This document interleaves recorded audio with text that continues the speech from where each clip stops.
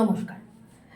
যাদের হরোস্কোপে বৃহস্পতি এবং শনি এই দুটি গ্রহ একত্রিত থাকে তাদের হরোস্কোপে গুরুশৌরী যোগ হয়। গুরুশৌরী যোগ তো হলো, তাই গুরুশৌরী যোগ শুধু হলেই হবে না। গুরুশৌরী যোগকে লগ্ন সাপেক্ষে চতুর্থে, সপ্তমে, নবমে এবং একাদশে হতে হবে।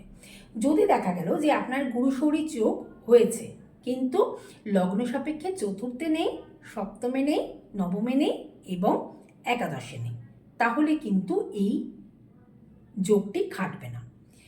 দেখা গেল যে আপনার গুরুশৌরী যোগ হয়েছে এবং আপনার লগ্ন কুম্ভ বা রাশি কুম্ভ, লগ্ন তুলা বা রাশি তুলা এবং লগ্ন বৃষ, রাশি বৃষ বা আপনি বৃষ রাশি বা কুম্ভ রাশির মহিলা, পুরুষ নয়, ঠিক আছে? তো আপনার দেখা গেল লগ্ন সাপেক্ষে বৃহস্পতি এবং শনি চতুর্থ, সপ্তম, নবম এবং একাদশে বসে আছে। আপনার তুলা রাশি তুলা লগ্ন বা কুম্ভ রাশি কুম্ভ লগ্ন, বৃষ রাশি বৃষ লগ্ন, দেবগণ কিংবা দেবাড়িগণ, যে কোনো একটা হলেও হবে। এদের ইনটিউশন পাওয়ার খুব হাই হয় এবং যদি দেখা যায় তুলা লগ্ন তুলা রাশি হয়ে আপনার দেবগণ কিংবা দেবাড়িগণ মানে রাক্ষসগণ হলো, এবং কুম্ভ রাশি বা কুম্ভ লগ্ন হয়ে শুধুমাত্র রাক্ষসগণ হলো, তাহলে তুলা রাশি বা তুলা লগ্ন সাপেক্ষে দেবগণ বা রাক্ষসগণ হলে আপনাকে স্বাতী নক্ষত্র কিংবা বিশাখা নক্ষত্র হতে হবে। আর কুম্ভ রাশি সাপেক্ষে যদি শুধুমাত্র দেবাড়িগণ হয় তাহলে আপনাকে ধনিষ্ঠা নক্ষত্র এবং শতবিশা নক্ষত্র হতে হবে। এই নক্ষত্রের মহিলারা এদের প্রচণ্ড ইনটিউশন পাওয়ার কিন্তু হাই হয়। এরা সাধারণত আপনি কি করতে চলেছেন, আপনার উল্টো দিকের মানুষটা কি করতে চলেছে, কি বলতে চলেছে বা কি, কিন্তু তারা ঠিক বুঝে নেবে এবং আপনার উপরে কোনো রকম তন্ত্র মন্ত্র, কোনো রকম নেগেটিভ এনার্জি এসছে কিনা এটাও এই সমস্ত রাশি এবং লগ্নের মানুষরা খুব তাড়াতাড়ি ধরে ফেলবে, কিন্তু এই কম্বিনেশনগুলো থাকতে হবে।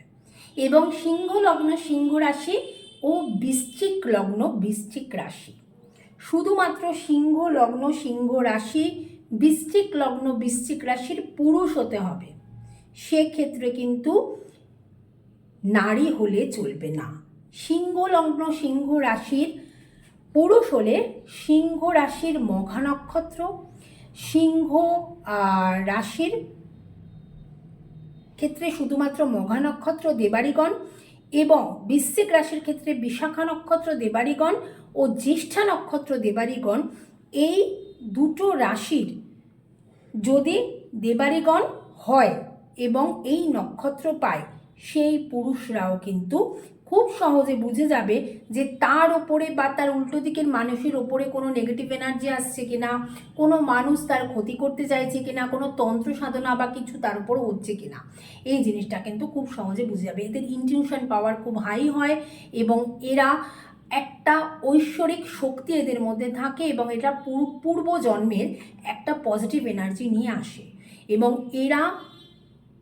এদের মধ্যে ঐশ্বরিক পাওয়ারটা এতটাই বেশি থাকে, হয়তো এরা কোনোভাবে ঐশ্বরিক কোনো কৃপার দ্বারা বা কোনো রকম ঐশ্বরিক কোনো কাজের সাথে হয়তো যুক্ত নাও হতে পারে, বাট এদের মধ্যে এই পাওয়ারটা ঈশ্বর দিয়েই পাঠায়। তো এদেরকে যদি আপনারা সাথে রাখতে পারেন আপনাদের জীবন কিন্তু খুব সুন্দরভাবে অতিবাহিত হবে। এরম নয় কি যে এরা কোনো মানুষের ক্ষতি করে বা এরা কোনো মানুষের ক্ষতি করে দেয় বা কিছু, কিন্তু এরা খুব ভালো করে স্টাডি করতে পারে অপোজিটের মানুষটা আপনার কি করতে চলেছে।